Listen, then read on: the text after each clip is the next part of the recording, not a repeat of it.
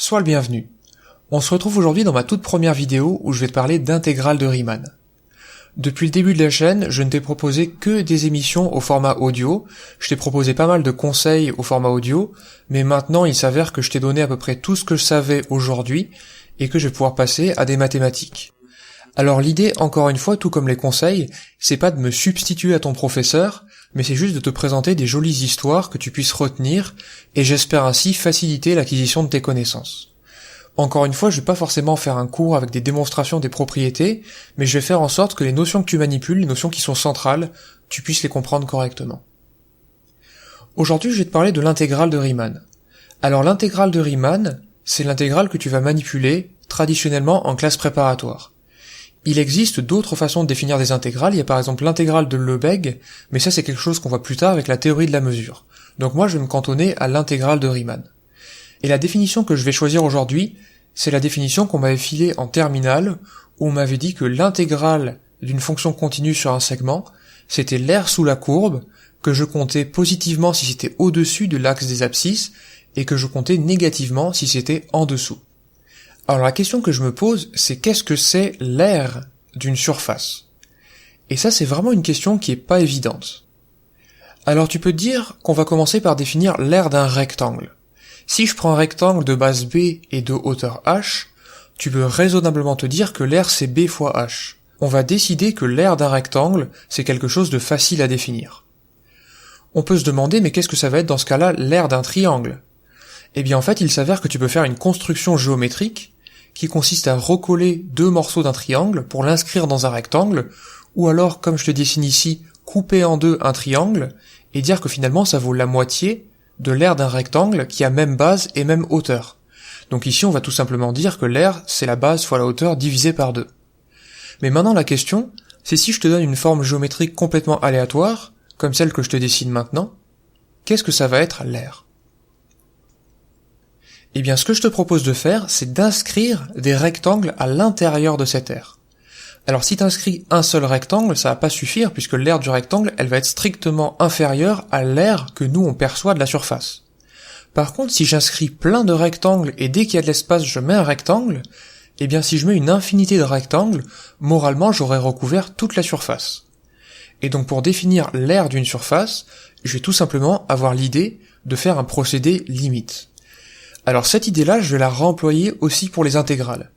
Si j'ai une courbe, donc je vais te retracer ici la même courbe, je vais faire en sorte de calculer l'aire de la surface qui a entre les droites verticales d'équation x égale a et x égale b, l'axe des abscisses et la courbe. Donc je vais utiliser le même procédé limite, sauf que je vais me calmer sur la forme des rectangles, et je vais choisir ces rectangles-là par exemple. Donc ici je te fais une figure où je vais choisir 5 rectangles pour approximer à peu près l'aire qu'il y a sous la courbe. Alors il s'avère qu'on va supposer, nous, qu'il y a n rectangles, et que je vais faire tendre n vers l'infini. Donc pour nous, l'intégrale de a à b de la fonction, ça va être l'aire qu'il y a sous cette courbe. Et on a dit que l'aire, on allait l'obtenir comme un procédé limite. Alors pour calculer l'aire de la courbe, je vais donc devoir calculer l'aire des rectangles. Quelle est la largeur d'un rectangle? Eh bien c'est très simple, puisque de toute façon la largeur de la surface, ça va être b moins a, donc si je subdivise ça en n rectangles, la largeur d'un rectangle, c'est b moins a sur n. Maintenant, tu peux te demander la hauteur de mes rectangles, et tu vois que la hauteur varie. Alors le premier rectangle, j'ai choisi de me dire que je partais du point de gauche, et que du coup la hauteur, ça allait être f de a. Le deuxième rectangle, sa hauteur, ça va être f de a plus la largeur d'un rectangle, b moins a sur n, puisque c'est le deuxième rectangle. Et ainsi de suite, jusqu'au dernier rectangle, dont la hauteur, c'est l'image de a plus n-1 fois b-a sur n. C'est presque b, mais c'est pas b puisque j'ai choisi de me baser à gauche pour les rectangles.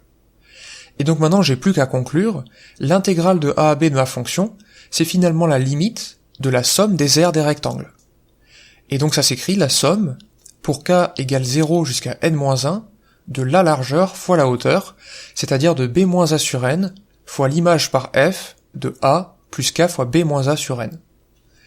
Alors en général, on fait sortir le b moins a sur n, mais du coup on comprend un peu moins bien ce qui s'est passé. Moi, cette formule-là que je te présente telle quelle, c'est mon intuition pour me représenter que finalement l'intégrale, c'est bien l'aire sous la courbe que j'ai approximée à l'aide de rectangles. Alors en fait, tu vas me dire que dans ton cours, tu avais deux choix pour les sommes de Riemann, souvent tu pouvais faire la somme pour k égale 1 à n, et bien en fait ça correspondrait à l'autre choix de rectangle, qui consisterait à se baser non pas en le point de gauche, mais en fait en le point de droite. Alors j'encadre cette formule, et là en fait j'entends déjà des protestations qui vont me dire, mais attends, si c'est ça l'intégrale du lycée, et que je dois passer, à chaque fois que je dois manipuler l'intégrale par des limites de somme de rectangles, je vais jamais réussir à rien faire. Je vais jamais réussir à faire une intégration par partie. Je vais jamais réussir à faire un changement de variable. Et d'ailleurs, c'est quoi le rapport avec une primitive de la fonction petit f? Eh bien, cette chose-là, c'est ce que je t'expliquerai dès demain dans la prochaine vidéo. En attendant, j'espère que cette première vidéo t'a plu. J'espère que tu pourras me donner aussi un retour là-dessus. J'ai absolument aucune idée si ça va te plaire. En tout cas, n'hésite pas à me poser des questions sur cette vidéo qui est assez synthétique, c'est le but. Et n'hésite pas aussi à me poser des questions sur absolument n'importe quoi, je serai absolument ravi de te répondre. En attendant, je te souhaite une excellente journée, et je te dis à la prochaine.